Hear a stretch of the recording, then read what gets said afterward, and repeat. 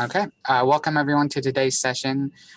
This is a session that was part of the week-long series of workshops titled Resources to Help Restore Balance. Today's session is Cognitive Behavioral Strategies for Coping with Stress with Dr. Lisa Merlo Greene. And so we're grateful to have her here to share her expertise with us. If you do have questions, the chat has been disabled. Please forward all of your questions to the Q&A so that we can properly manage the questions as they come in. And without further ado, I'm going to hand it over to Dr. Merlo. Thanks, Yusuf. It's a pleasure to be here with everybody today. I'm Dr. Lisa Merlo. I'm a licensed clinical psychologist and associate professor in the Department of Psychiatry. And I also serve as the director of wellness programs for the College of Medicine. So we're going to spend a bit of time together today. I'll start with the presentation, then hopefully we'll have some time at the end for questions or discussion. And as Yusuf said, if you have questions that come up in the course of the presentation, please go ahead and send them in and we'll be sure and address those at the end. All right, so just sort of a review of where we're at in this interesting time of our lives. You know, typically this time of year already starts to eke up the stress level for most people. You know, as the school year gets going, we get further into the semester, midterms, end of semester assignments, a lot of the grading, depending on what your role is at the university. So we already are starting with these somewhat overwhelming sometimes tasks and to-do lists. And now we're adding in the holidays coming up. And so there tends to be some prep work there, as well as living within the context of our socio-political and environment and a big health crisis as well. So things that have normally been a fact of life with regard to stress, balancing our workload at home and in the office, a lot of financial burdens that many of us are experiencing, whether it be related to student loans or perhaps you've lost a job or decreased hours or reduced compensation. Maybe you've been on furlough. Maybe someone in your family has become unemployed. So these things have started again to increase for many people. We've seen really an increase in attention to racial injustice within our country recently that has brought a lot of tension to the surface and really made clear a lot of the struggles and burdens that people have been dealing with for, you know, hundreds of years that are now coming to the forefront. Some other socio-political tensions and divide related to the recent election. On the job, we have this increased use of technology, whether it's electronic medical record, whether it's all this use of Zoom, the social disconnection that can occur by only interacting virtually with people, being home instead of being able to meet in person, all these sorts of things. Just the number of administrative tasks and bureaucratic responsibilities that many of us have, a number of requirements and trainings and all sorts of things to add on top of our actual, you know, work, our job description, right? For some people, there's a hybrid work schedule. So navigating some days in the office, some days at home, or working primarily from home, or the anxiety associated with being in the office, for example. As I mentioned, planning for the holidays and how that might be different this year. A lot of us are experiencing some anxiety and fear related to COVID and how to keep ourselves and our families safe, as well as, you know, how to feel like we're enjoying our lives despite some of these restrictions and things that have been put in place in order to keep us safe. And then for many people dealing with childcare, school concerns, how to manage distance learning, or what to do if you or your child is put on quarantine, or, you know, concerns about keeping your child safe if they're attending brick and mortar, all these kinds of things.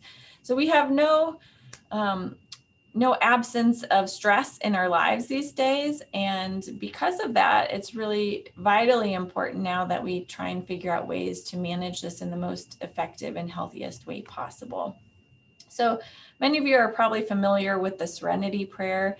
You don't have to be religious at all in order to understand the idea behind this, this saying, but you know, it says, God grant me the serenity to accept the things I cannot change, the courage to change the things I can, and the wisdom to know the difference. And that's really going to be a key part of my presentation today, is learning how to balance the different stressors in our lives and figure out what are going to be the most appropriate ways to handle different things so that you can cope in the healthiest, most effective manner. And in psychology, we, rather than, just referring to the Serenity Prayer, what we really think about is categorizing our stressors into problems that we can address with some sort of action, some problem-focused coping, and problems that we maybe can't address with any sort of action. Things are out of our control, and so it's most effective to cope with them emotionally. And so when you have the ability, as I said, to take action to reduce a stressor, then you're going to get more benefit from that. But sometimes what we find is that there are things that we can't control. So we can't personally control the community spread of COVID in our town. What we can control is our own behavior in terms of the risks that we are taking or the safety measures that we are taking. But in terms of trying to respond appropriately to the fact that perhaps there is higher level of community spread than we're comfortable with, we have to figure out ways to emotionally respond to that situation. So we'll start by discussing some problem-focused or behavioral strategies. So the topic of the presentation is cognitive behavioral strategies for coping with stress.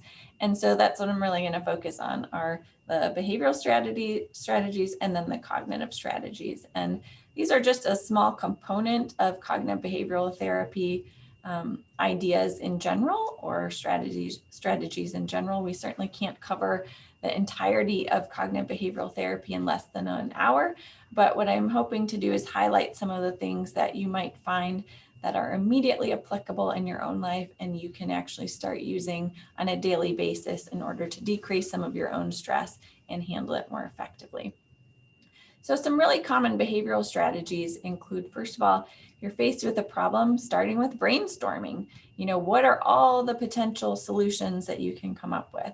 And here, many of us do this, or at least know how to do this in our lives. But often what happens is that when there's something that you're really stressed out about, some of these strategies go out the window and we forget to go back to these very simple things. So looking at, who are people that can help us? What are different activities or actions we can take in order to address the situation?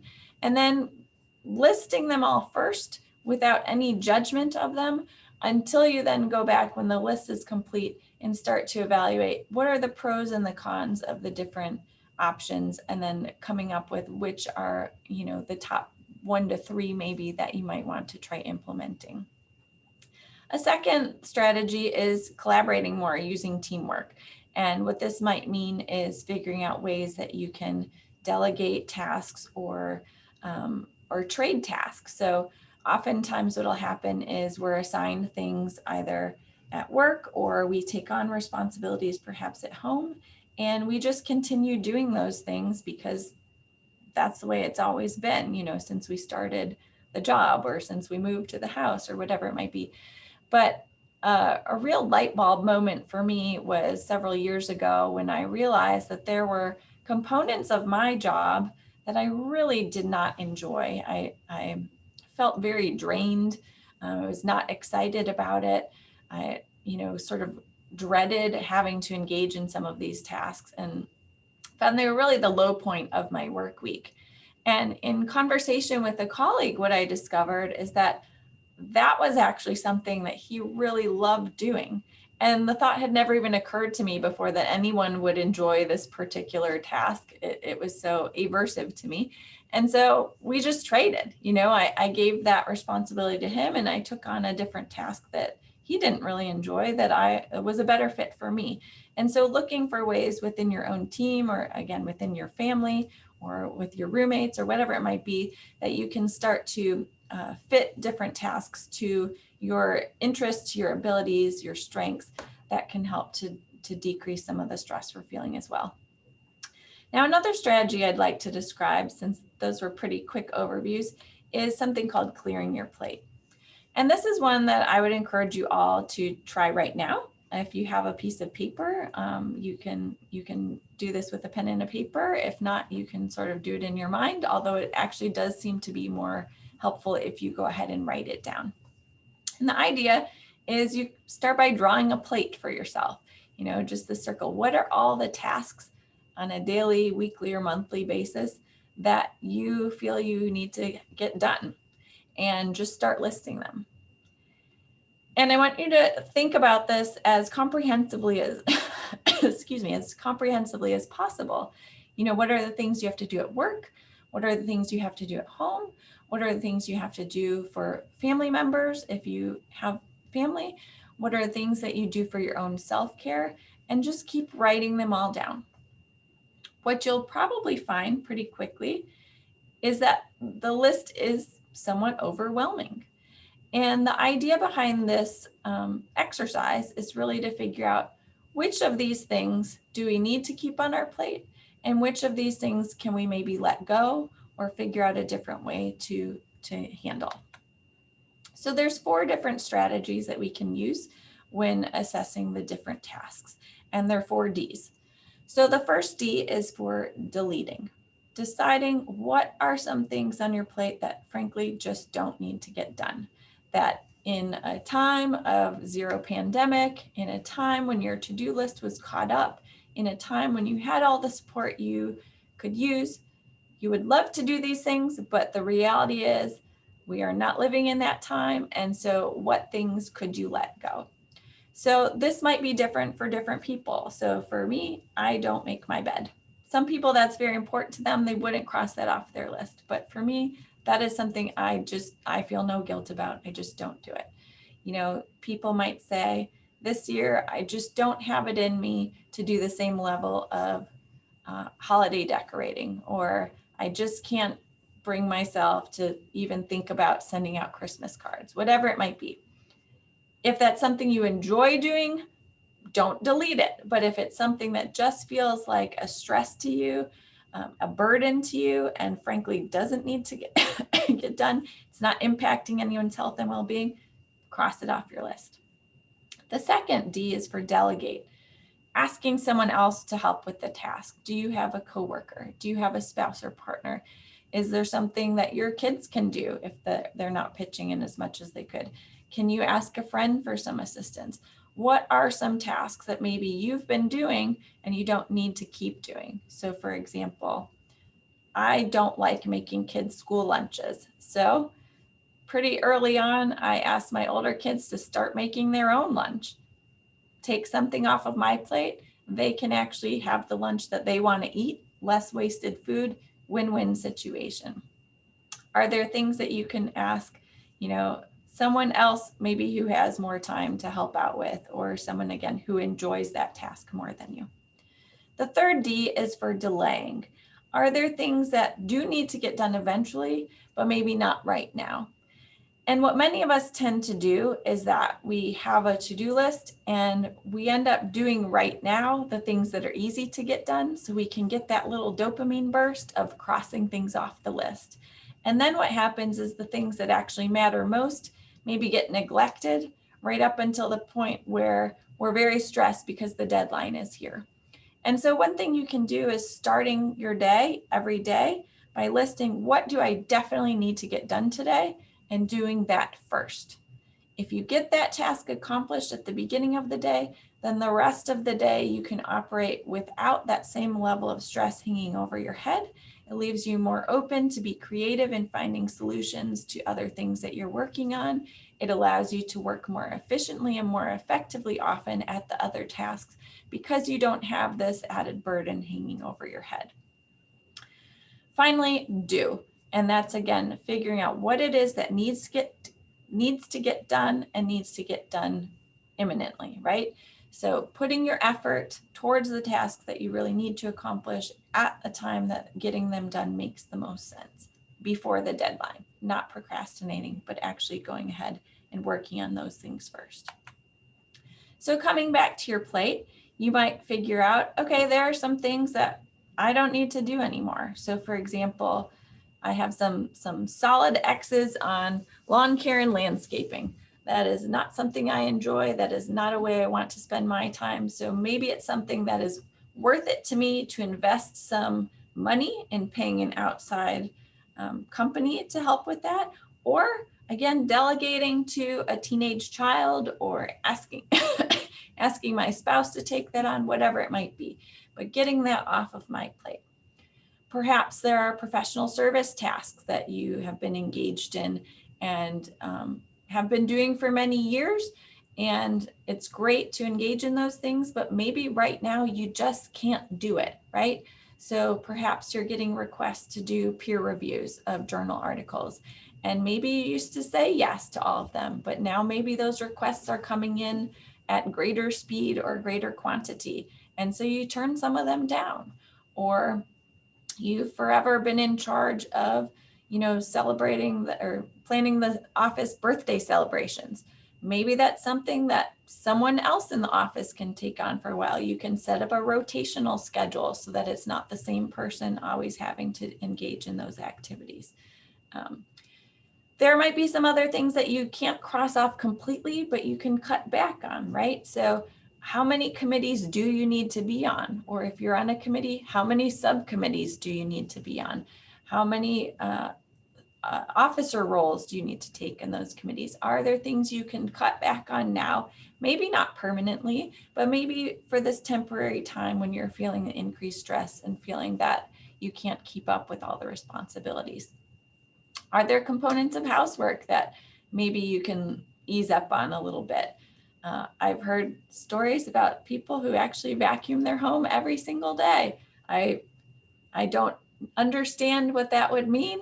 I'm sure that it's lovely. That's not something that I can do in my life. And perhaps you're all judging me for that. I don't know. But for me, that's not as important. Or maybe you get a Roomba, the robot can do it on their own, right? Decreasing the amount of holiday decorating that you're doing, for example. Again, are there things that you've been doing because you felt like you need to, or it's just tradition, but you don't actually enjoy it?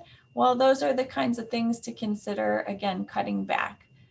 Again, I want to be clear that if this is something that brings you a lot of joy, that you love doing, it makes you happy, those are not the things to cut back on.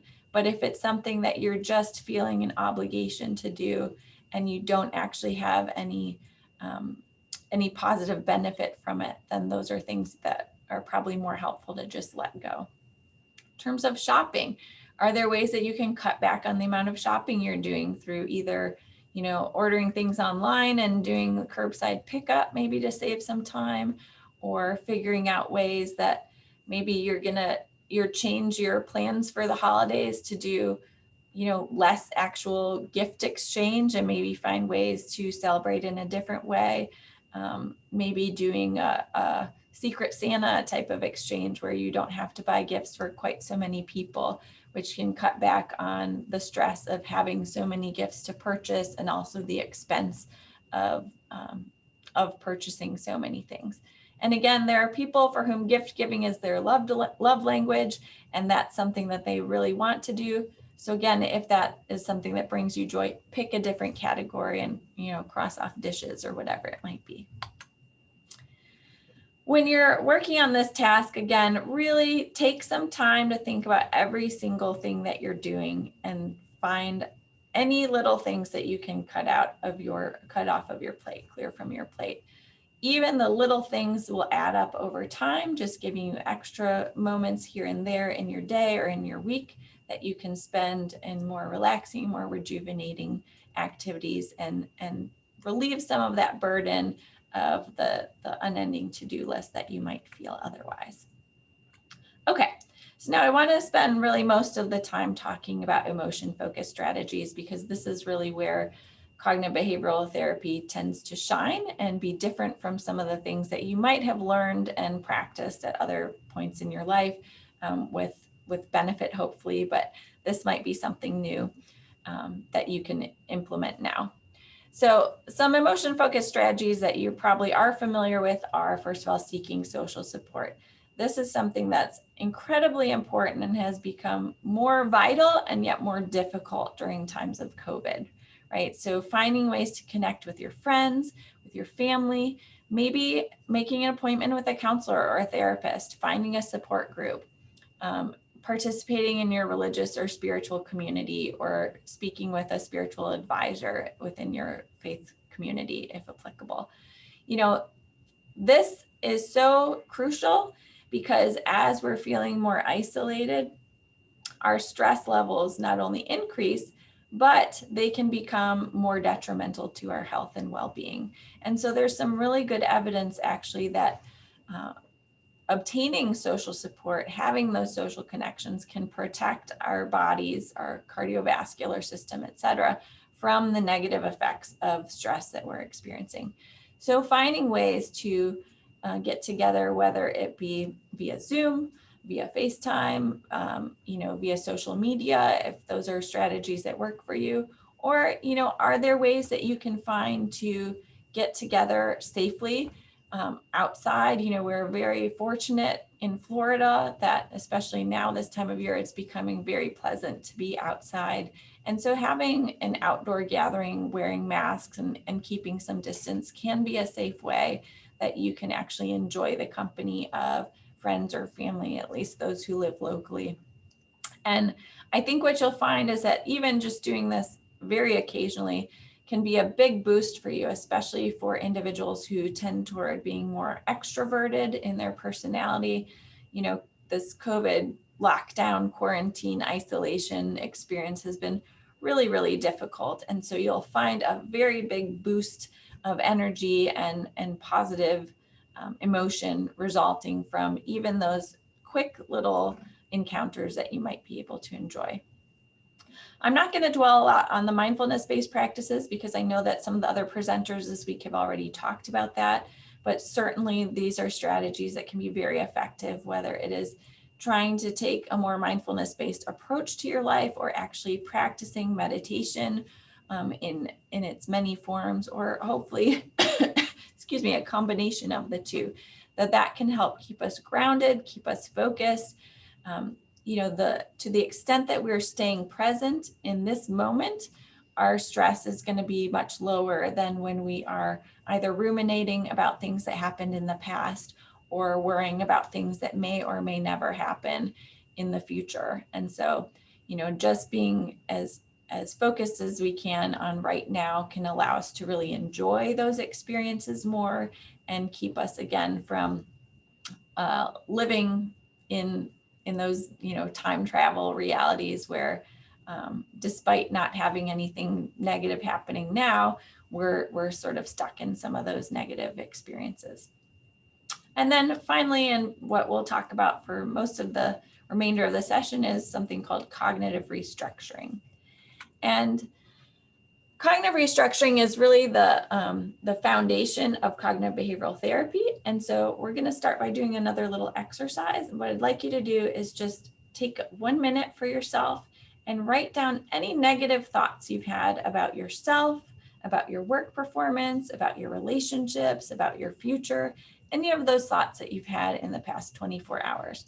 And as I said, I'll just give you about a minute to write those down or think about them. You can jot them in your phone or whatever is most convenient for you.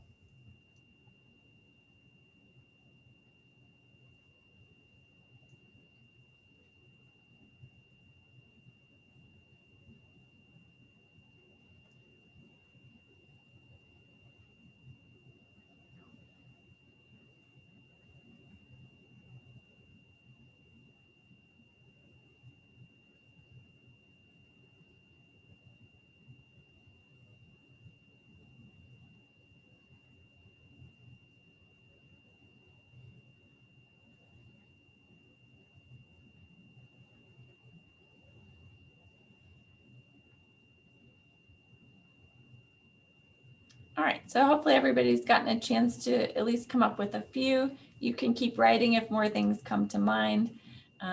But now what we're going to do is sort of switch gears a little bit. And what I'd like you to do is now take a moment to write down any positive thoughts you've had about yourself or your work performance or your relationships or your future? Again, in the past 24 hours or so, what kinds of thoughts have you had that were positive?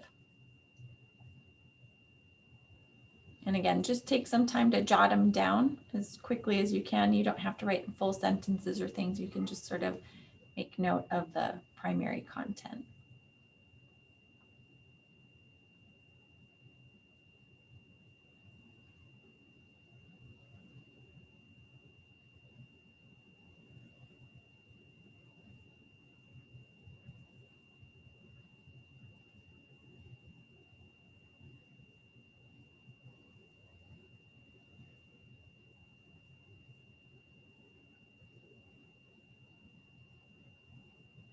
Okay, now ordinarily if I was talking to a group in person, we would have a little discussion about what you realized from doing this exercise, or what kinds of thoughts came up to you as a result. I'll just kind of review the things that come up most commonly. The first is that many people find that they actually have more negative thoughts that they are aware of in the past day, as opposed to the number of positive thoughts. Now, this is not everyone, but it does tend to be more common that people can identify the ways they're messing up, the ways that they're disappointing people, concerns that they have about their performance, either things that they've done or things that they're worried that they won't be able to do, feeling badly about their appearance or their lack of, exercise or whatever it might be. And oftentimes those negative thoughts tend to be pretty specific, that you can identify all of these specific things that you feel like you're screwing up, all of these ways that you're not measuring up, that you're disappointing yourself, you're disappointing other people. And of course, that's a real downer if that's the way that we're thinking about ourselves, right? On the flip side, when people think of positive thoughts about themselves, many times they're sort of more vague. They might have these thoughts like, well, I'm a nice person, or, I'm smart, or I'm a hard worker. But it's harder to kind of pinpoint specifically what event or what action or what quality you have or you displayed that you can really sort of hang on to sort of shape your self-image. And this is problematic because, again, this shapes how we feel about our day, it shapes how we feel about ourselves, it shapes how we feel about our future going forward and what we think we're going to be able to accomplish because of our attributes or perhaps our perceived lack of talent or whatever it might be. And the reason this happens is really biological in nature. As human beings, we sort of evolved to key into problems and danger and things that we should worry about, right? If you think about, cave people out on the savannah, it was very important to be vigilant to signs of danger. If there's a saber-toothed tiger coming at you or something like that, you need to notice. And if you're too busy recognizing how beautiful the flowers are, you could get eaten. And so it's to our advantage, or at least it was, to be tuned into all of the potential problems, all of the potential dangers in our world. And so our brains really notice that and respond to that and remember it, right? It creates this lasting memory for us and something that's very easy to recall. On the other hand, in today's world, we don't have a lot of, before COVID, right? So we didn't have a lot of danger there. It's very unlikely that you're going to be sitting in your office and a saber-toothed tiger is going to come and get you. Because of COVID, what we're seeing is that this vigilance is increased even greater. We're aware that there's danger out there. And so we're starting with a higher baseline than we were before COVID, but still our brains are looking for more danger than we're probably able to find. And so what tends to happen is we kind of invent things to get stressed about. And if you think about what some people refer to as like first world problems, right? So we make a big deal out of a lot of problems that realistically don't matter. Things that 5 years from now we'll never remember, or certainly won't have any impact on our life 5 years from now. And again, that's because of how our brains evolved, that we have this human tendency to do this, to make mountains out of molehills, to look for problems that other people may not even recognize as being an issue. And that's a problem for us because it leads to a lot of negative thinking, and there's a lot of consequences to those negative thoughts. It increases our negative mood, which leads to more suffering, more unnecessary suffering. It also wears us out. So the more time you spend in negative thinking, the more time you spend ruminating or worrying, the more exhausted you become. This is one of the most taxing behaviors in terms of how our brain is functioning. And what you may or may not know is that our need for sleep is really more dependent on our brain function as opposed to our physical functioning. Our physical body can go much longer without sleep and still be able to walk and move and everything else than our brain can. It's our brain that needs that time to rest and regenerate. And what happens when we're wearing it out with these negative thoughts is we get more tired, we definitely get more efficient, we make more mistakes, which leads to more problems, and it becomes this self-perpetuating issue.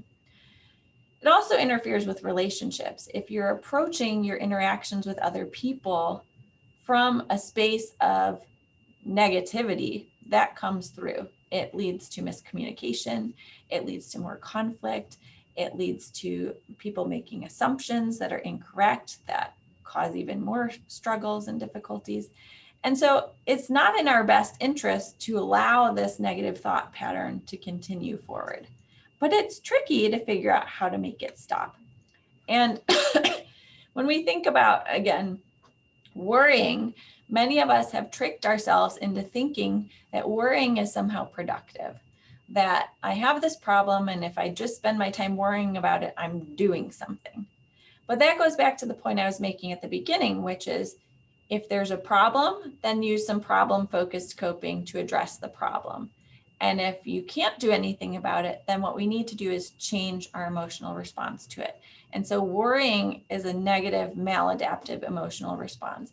What we could do instead is utilize more mindfulness, more acceptance, and recognize, okay, this is the reality of where I'm at. So what can I do going forward from here, right? And that's where a lot of the cognitive restructuring can come into play. Now, the difficulty again is that the worse we're feeling, the harder it can be to make these changes.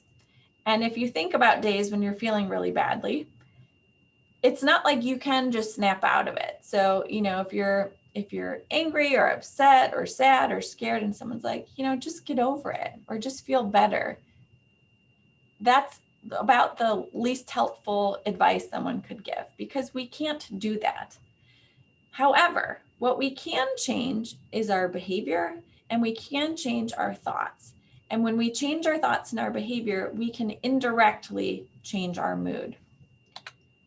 In cognitive behavioral therapy, we use this diagram, this triad, which demonstrates that our moods influence our thoughts, and our thoughts influence our moods.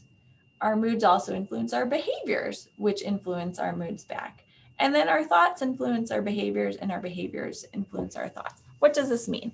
So say you are feeling depressed, right? You're feeling down and sad. That's going to color the way that you think about things. If I'm feeling badly, I might think to myself, it's not even worth calling my friend because they're probably not available, or we can't get together anyway because of COVID, or whatever it might be. And then when I have that thought, I end up feeling worse. If I'm feeling badly, I'm more likely to just stay in my house, sitting on my couch, watching bad TV, rather than making the effort to go out and meet a friend for a walk in, a nature preserve, which might actually make me feel better. If I stay sitting isolated alone, my mood is going to continue to get worse. Versus if I had actually gotten up and gone and done something, it might have a positive impact on my mood. And then again, if I'm thinking, my friends probably aren't available, can't do anything fun because of COVID, again, I'm less likely to call them and see if perhaps they are available, those kinds of things. And if I'm stuck sitting on my couch, I might think everyone else is doing the same thing. And so again, be less likely to do something that could help to improve my mood. So what we want to do is intervene on changing the way that we think about situations and changing our actions in order to actually improve our mood. And now I'm going to explain how we actually do that. The first is by starting to become more aware of what our thoughts are. And throughout the day, every minute of every day, we're having dozens to potentially hundreds of different thoughts that flash through our mind. And some of these we don't really even notice. Some of these are positive, some of these are negative, but some of them are hot thoughts, are negative thoughts that get stuck, that we tend to think about more than once, or we tend to ruminate on, or we have a pattern of distorted thinking that continues over time. And the issue is those hot thoughts are driving a lot of our negative mood. And so what we need to start doing is every time we're having a strong negative mood, start to figure out what is the thought that went through my mind just before I started feeling this way. Can we start to identify what those thoughts are, what those hot thoughts are? And then once we've done that, we're well on our way to being able to actually changing them. What you'll find when you start to identify your thoughts is that most of the time they fall into a category of what we call a common cognitive error or a dysfunctional cognition. And there are, a couple dozen different categories. I'm going to go through a few of the most common ones, the ones that probably all of us experience, certainly every week, if not every day, and talk about how these manifest in our day and how we can think about shifting them, restructuring them in a healthier manner. So the first category is called mind reading. And this is where we are pretty sure we know what the other person is thinking about us, and we've decided that that's what they think, and so we're going to respond accordingly. The problem is oftentimes we do this without sufficient evidence, and oftentimes we're wrong. So if you think about times when perhaps you've been walking through the hallway and maybe you say, hey, to one of your colleagues, coworkers, and they just keep walking. And the thought that goes through your mind is often something like, well, what a jerk, or what did I do that they're so mad at me? And, it's possible that those thoughts are accurate, that the person really is a jerk or that they're mad at you for something. But it's equally possible that the person, had headphones in and didn't even hear you, or, they were lost in thought because they're dealing with their own stressful situation. Maybe they, found out someone that they care about is sick, or they're worried about, what they're going to do for childcare, or maybe they're just going through their grocery list in their mind. We don't know. And so the problem is when we act on this assumption that there's some negative interaction, then that is going to lead to, again, miscommunication, potentially conflict, worse mood, all these sorts of things.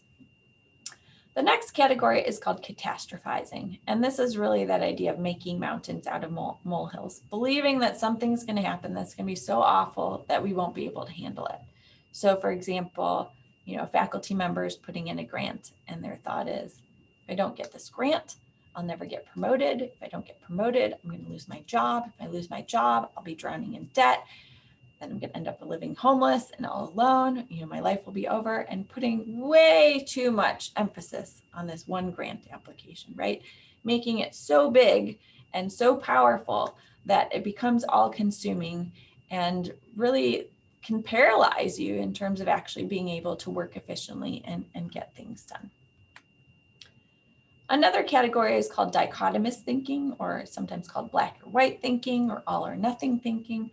And this is the idea that it's just completely good or it's completely bad. I totally bombed that presentation, or that date was a complete waste of my time. And the problem here is that we don't live in a black or white world. We live in a very gray world. You know, there's so much nuance. There are so many different shades of things. And so what we need to do is be able to recognize the good with the bad and the bad with the good, and be able to find some common ground, be able to recognize, you know, maybe I didn't accomplish what I was hoping to the extent that I wanted, but I was 90% there, or, you know, whatever it might be. But being able to recognize that oftentimes there's a whole lot of good mixed in with a little bit of bad, and trying to work with the good in order to make some changes in the area that wasn't quite so good. Next is discounting positives. And this is where we really just kind of focus on the negative, like we did in the exercise earlier. What are all the negative thoughts you had about yourself? Now, what are all the positive thoughts you had about yourself? And how many of you came up with some positive thoughts and then immediately, you know, disregarded them and said, you know, but that's stupid. It doesn't count. It doesn't matter. It's not important, right? And so claiming the positive experiences, claiming their positive qualities, claiming the good things about our relationships really don't matter, or they're just expected. They're sort of like baseline, minimal, right? Anyone could have done that, or, you know, well, they had to say something nice to me because I'm on their team, or, you know, that's my mentor or whatever. And not being able to take that positive feedback and internalize it and actually appreciate it, and let it have a positive impact on your mood and on your behavior. The next category is fortune telling. And many of us do this where we predict things are going to turn out badly. So I'm going to fail this test. You know, this date is going to be a disaster. I'm going to end up completely burnt out. I'll never get married. You know, no one will ever love me. And again, not necessarily based in any evidence, or certainly not in overwhelming evidence that that's what's going to occur. And this can set us in that cycle of really worrying about things that we think are going to happen, but oftentimes never actually end up occurring. And then finally, the shoulds. And, you know, we have this joke in clinical psychology: we need to stop shoulding ourselves, because this is something we do a lot, and particularly people who tend to be higher achieving, or people who are very ambitious or motivated. We put these expectations on ourselves that often are unrealistic, things that we think we need to be doing or should be doing. I should be exercising more. I should be able to handle this on my own. And we don't give ourselves that grace to actually be human, make mistakes, you know, just have a break from time to time. And this is a very unhealthy way of approaching everything about our life when we're just constantly feeling like we don't measure up. So in cognitive restructuring, what we do is we want to starting by recognizing those hot thoughts. And then if we can start to categorize them for ourselves and say, what I just did there, that was mind reading, or that was dichotomous thinking. Then what you'll notice is that often you'll find a pattern in your thinking, that there are these consistent errors that you're making, that one of these categories is really bubbling to the surface as being problematic for you. I mean, typically we all do all of them, but what you may find is that there are a couple categories that really are problematic for you. And once you do that, you can actually start to train yourself to think in a more adaptive or balanced way, using some strategies, which I'm going to talk about in just a moment. But the first thing I want to say, which is very important, is that when we do this cognitive restructuring, it's not just positive thinking, right? So it's not just that we're going to take a negative thought and flip it around and say that the opposite is true, because you can have completely distorted positive thinking too. You can say things like, oh, I'm perfect, or, you know, I'm the most beautiful person alive, or I'm the smartest person in the room. And those sorts of thoughts are also not going to be helpful to you, and can cause you their own sorts of problems, just maybe in a different way. So what we want to do is actually restructure our cognitions to be rational, to be balanced, to be more accurate, and just to be healthier. And the way we do this often is through a strategy called a thought record. And this is sort of a condensed version of a thought record, but it's good enough to get you started and sort of explain to you how this process works. And then again, if you're interested in learning more, making use of counseling or psychotherapy sessions to practice some of these skills, you can have a therapist who basically works as a coach with you to teach you these skills. You don't have to spend any time talking about, your mother and your relationship with her. I mean, unless it relates to your thoughts, but psychotherapy does not have to be this deep dive into your childhood memories or those kinds of things. Much of the time, what you're doing is really skill building and having the therapist act as a coach for you to practice these skills that can help you with your own stress management on a day-to-day basis. So the way the thought record works is you start by figuring out, okay, what was my hot thought? So again, whenever you're having a strong negative emotion, taking a step back and saying, what was the thought that went through my mind? And perhaps the thought is, I'm disappointing everyone in my life. This is something most people can identify with as a thought they've had at one point, right? Now, once you've identified the thought, the next step is, what is that category? And because I only showed you 6 of the categories, you may not be able to figure out the category if you're using your own hot thought, because it may be one of the ones we didn't cover. And that's where, again, participating in psychotherapy or using a self-help book or something to learn more about this can be useful. But here, the category is mind reading. I'm assuming that everyone else in my life is disappointed in me without necessarily having the evidence to support that. And the important thing here then is we're going to take that hot thought and we're going to put it on trial. We need to think of the hot thought as being a hypothesis rather than a fact. And so we're going to look for evidence on both sides, evidence for and evidence against. And the evidence for the thought that I'm disappointing everyone is maybe I'm behind at work, right? That's a fact. I have stuff that I've missed deadlines and I haven't gotten the stuff in on time. Number 2, maybe I couldn't help my kid finish all of his schoolwork because I just didn't have the time. And number 3, I haven't spent any quality time with my spouse since COVID began. We've been so, torn in opposite directions or trying to work opposing schedules to cover the childcare, whatever it might be. We've had no time just as a couple to do something fun together. Okay, so that's all some good evidence, right, to support that thought. But that's not the end of the story. And so now we have to look for what's the evidence on the other side. What's the evidence that doesn't support this thought that I'm completely disappointing all the people in my life? And a good place to start is if you have any thinking that is an absolute always or never or every time or whatever, usually there's some gray area there, right? That's a dichotomous thought that you're having, and it's often not actually accurate. Another thing to do to identify some evidence is think, what would other people say to me about this? So if I said, I'm disappointing everyone, what would my best friend say? What would my mom say? What would my spouse say? Would they say you're right? Or would they push back and say, no, think about this, think about that. You're forgetting these things, this other evidence. Similarly, what would you say to a friend or a family member who said, I'm disappointing everyone in my life? What kinds of things could you come up with as evidence for them that maybe applies in your own life and you could write down for yourself?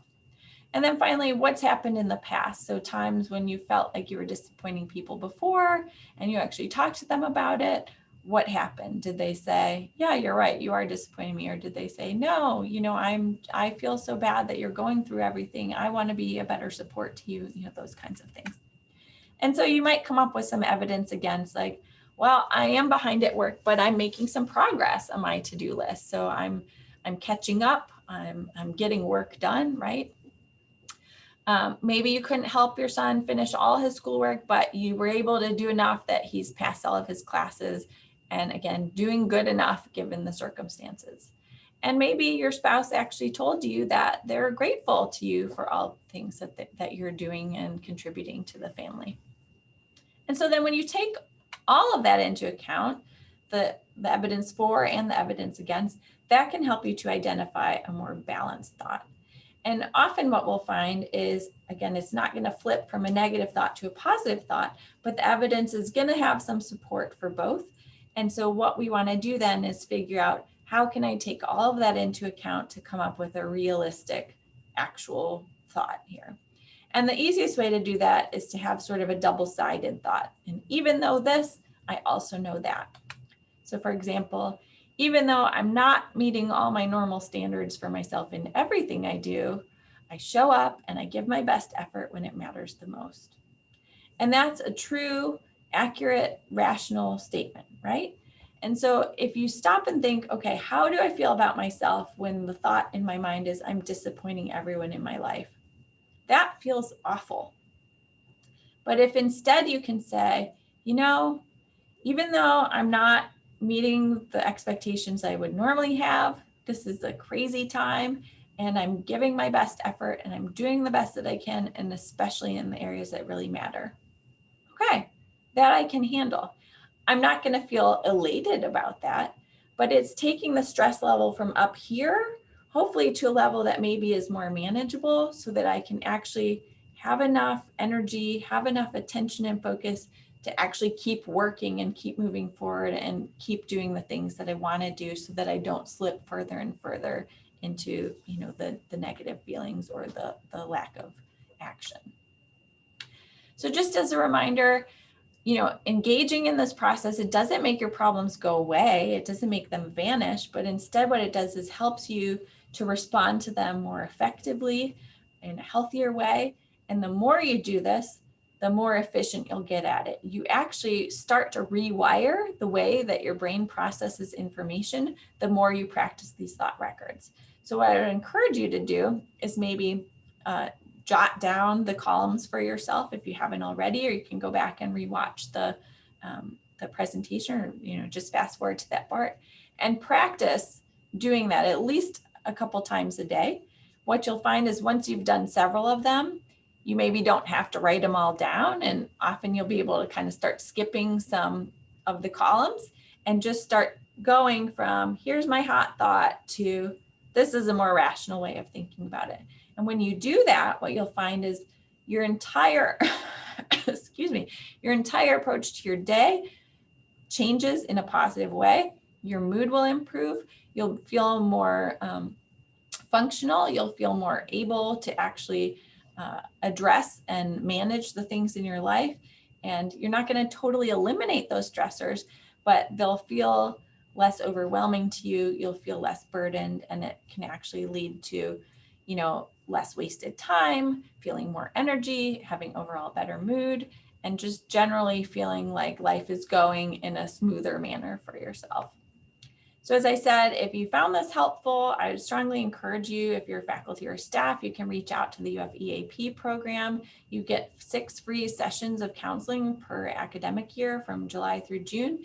And, you know, you can just spend those 6 sessions practicing these strategies and learning a few more that can be really, really helpful in terms of getting you back on track or helping you to feel less stressed and just happier in your day. And same thing for students. You can get free counseling from the Counseling and Wellness Center.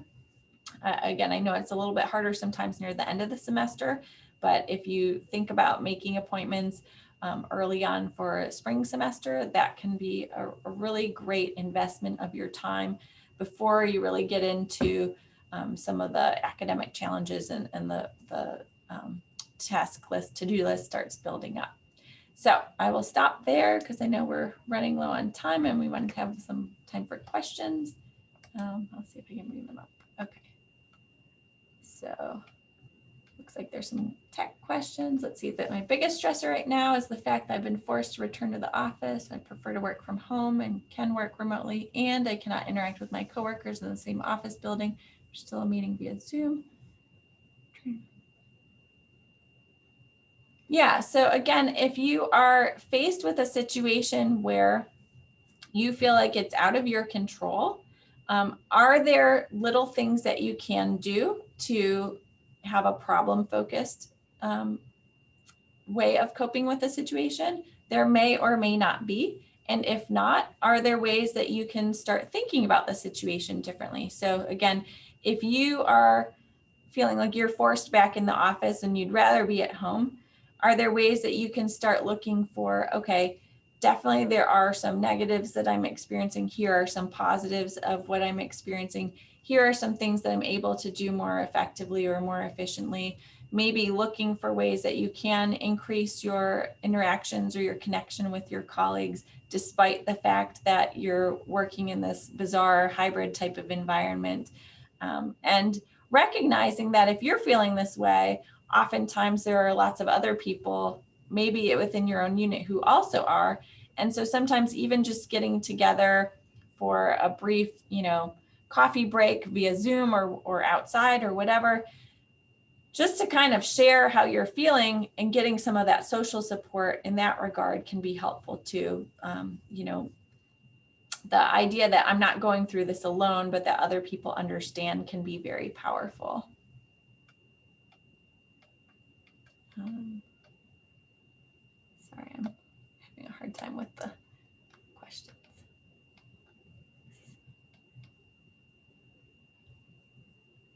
So someone said, I hate holiday decorating, but love having it done. So that's a great example of one of those things where you might know someone who really loves doing this and might love to do it for you. Or certainly if you have extra funds available, there are plenty of people who you can pay to do it. But, is there someone else in your family or who lives nearby, or do you have a friend who might want to come over and help you with it? Something that you can actually make into a social activity as opposed to feeling like it's a chore.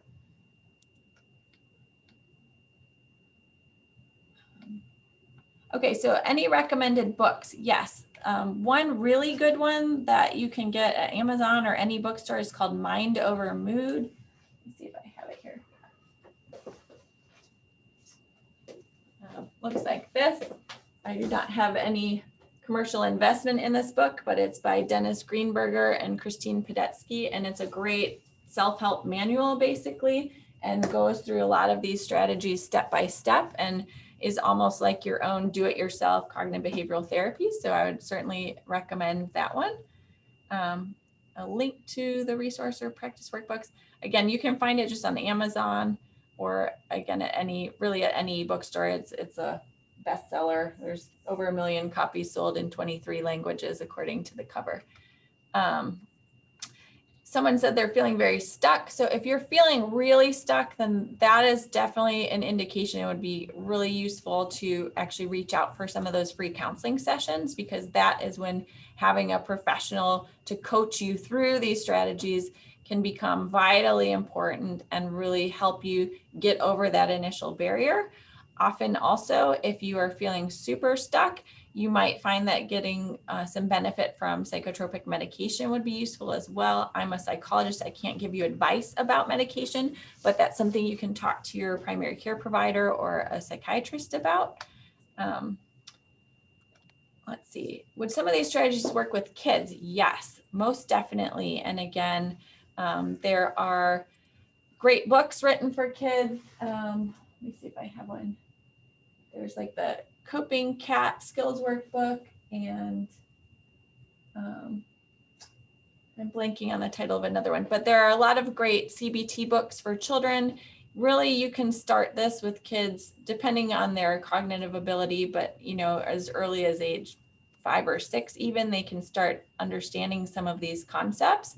And it's great to get them started early on, because again, for the rest of their life, then they're going to have this skill, which can help them going forward. The 6 sessions for the EAP are based on the academic year from July through June. So it resets July 1st, and then you can use those 6 sessions until June 30th, and then you would start over fresh again the next year with 6 more free sessions. What's the best way to deal with others who are stuck in these cognitive errors, especially someone in a supervisor role? Great question. So again, one thing you can do is starting to role model for them some of the strategies that we were talking about. So if someone keeps verbalizing some of these hot thoughts, for example, you might say, I've noticed that you keep saying this and it doesn't really fit with my experience. And I'm wondering if we can just take some time to look at the evidence in terms of whether or not that's actually an accurate assessment of the situation. And depending on your relationship with the person, that may be easier or harder to do. But oftentimes, even through email, you can kind of do it in a gentle way where they might say something in an email and you can sort of respond back with your own version of evaluating the evidence, where you say, yeah, I can see your point from this perspective. I also would bring up this other point, and it kind of feels to me that it's more of this alternative balanced way of thinking, right? So it's 1 o'clock. I don't know if we need to stop or if it's already automatically stopped.